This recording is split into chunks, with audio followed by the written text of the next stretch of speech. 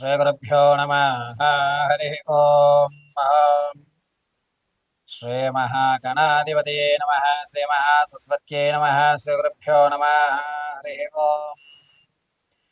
ध्यातवेदसे सुनवाम सोममराति यतो निदहति वेदः सुनः परिषति दुर्गानि विश्वानावेव सिन्धुं दुरितात्यग्निः तामग्निवर्णं तपसा ज्वलन्तीं वैरोचनीं कर्मफलेषु जुष्टां दुर्गां देवीकुं शरणमहं प्रपद्ये। शुतरशितरशे नमः।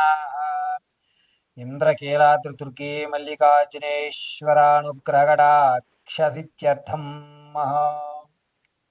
ఈ జూన్ నెలలో 7వ తారీఖు నుండి కూడా కుజుడు కేతువు అగ్నిస్థానానికి ప్రవేశించడం వల్ల ద్వాదశ రాశుల వారికి ఏ విధమైనటువంటి విపత్తులు రాబోతున్నాయి, ఏ విధమైనటువంటి అదృష్టం కలగబోతోంది, ఏ విధమైనటువంటి అనారోగ్య సమస్యలు ఎదురవుతాయి, ఆర్థికంగా లాభపడుతున్నారా నష్టపోతారా అనేటువంటి విషయాన్ని పరమేశ్వరి అనుగ్రహంతో యథాశక్తానుసారము నాకు అమ్మవారు కలగజేసిన జ్ఞానయుక్తంతో మీ అందరికీ కూడా ఈ 12 రాశుల వారికి కుజుడు కేతువుతో జూన్ 7వ తారీఖు నుంచి జూలై 26 తారీఖు వరకు కూడా కేతువుతో కుజుడు ఉండడం అనేటువంటిది ఈ 2 నెలల్లో జరిగేటువంటి విపత్తులను మీ ముందుకు తెలియజేయడానికి వచ్చుతున్నాను.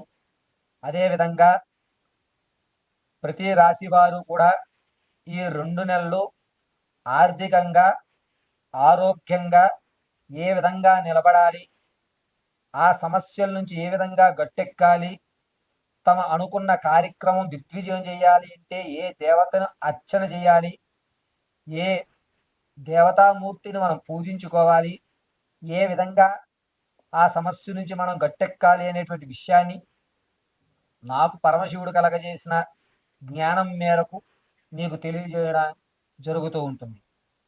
ఈ యొక్క కుజుడు కేతువు ఇరువురు కూడా అగ్నిస్థానంలో నిలబడి ఉండడం, అందలి కూడాను చాలా ఆలోచనాయుక్తంతో కేతువు వేగరంగా తన ఆలోచనల్ని పరిగణించడం, కుజుడు అంత కంగారు పడకుండా నెమ్మదస్తంతో మనం అడుగు వేయాలి అనే విషయాన్ని తెలియజేయడం జరుగుతుంది. ఇలా ఈ ఇరువురు కూడా ఒక స్థలయుక్తంలో నిర్మాణం అయ్యి మన యొక్క జాతక చక్రంలో తమ స్థితిని మార్చుకునేటువంటి విధానాన్ని అనుసరించి ఈ 2 నెలల్లో కూడా వారు ప్రతి జాతకుడి యొక్క భవిష్యత్తుని అంటే జరగబోయేటువంటి 2 నెలలని 60 రోజుల్ని మనల్ని వారు ఆదేశిస్తారు. ఈ ఆదేశాల్లో ఎంతటి ఇబ్బందులు కలగకుండా మనం దాన్ని అధిగమించుకోవడానికి తీసుకోవలసిన జాగ్రత్తలు అనేటువంటివి మీకు తెలియజేయడం జరుగుతుంది. కాబట్టి ఈ జాగ్రత్తలు పాటించుకుని మీ యొక్క సమస్యల్ని అధిరోహించుకుని అమ్మవారి కటాక్షం పొందుతూ ఉన్నతమైనటువంటి మీ కార్యక్రమాలు క్రతువులు మీ యొక్క పనులు పూర్తి చేసుకోగలరని తెలియజేయడం జరుగుతుంది. అనంతరము కన్యారాశి ఉత్తర పాల్గొని 2, 3, 4 పాదాలు, హస్త నక్షత్ర 4 పాదాలు, చిత్తా నక్షత్ర 1, 2 పాదాల వారు కూడా ఈ కన్యారాశిలోకి ఇచ్చేస్తారు.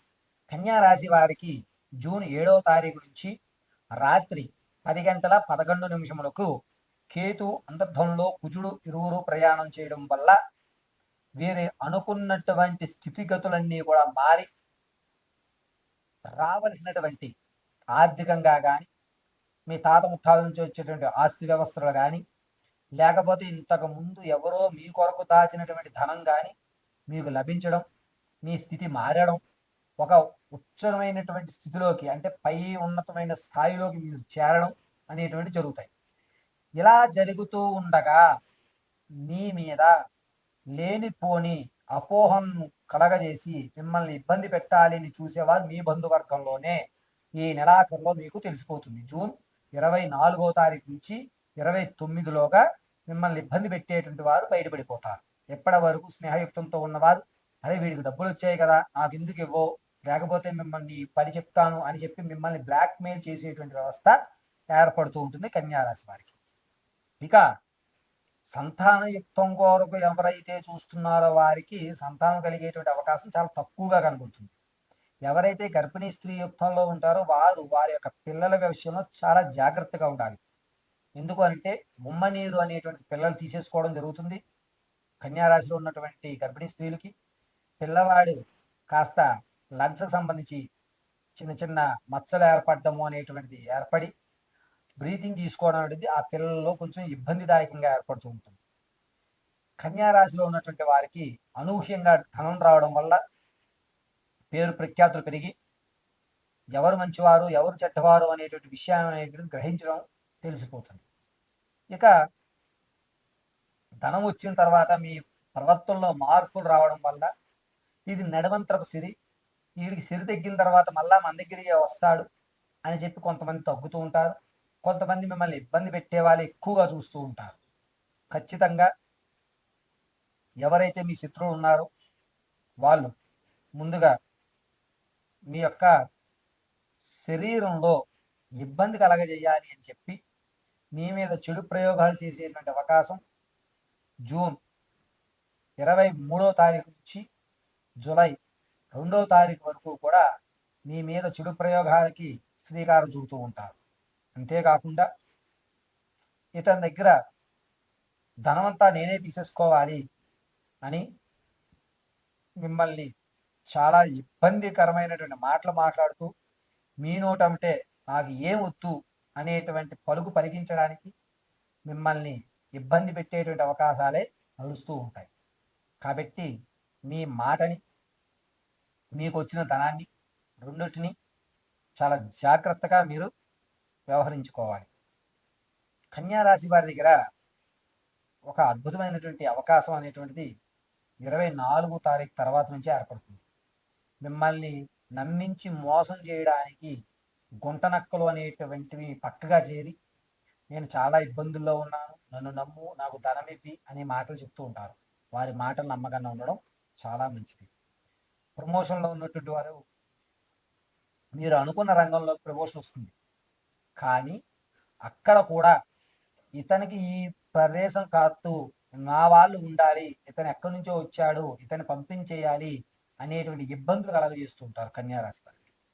కన్యారాశి వారి దగ్గరికి వచ్చేసరికి ఏంటంటే ఆరోగ్యపరమైనటువంటి ఇబ్బందులు జూన్ 2 తర్వాత నుంచి కూడా ఏర్పడుతూ ఉంటాయి.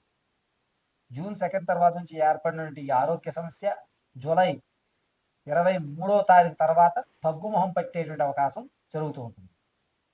ఇక కన్యారాశిలో వారు ఆరోగ్య సమస్య కానీ మాట కానీ ఈ రెండింటినీ కూడా సమతుల్యం చేసుకోవాలి అంటే కనుక మీరు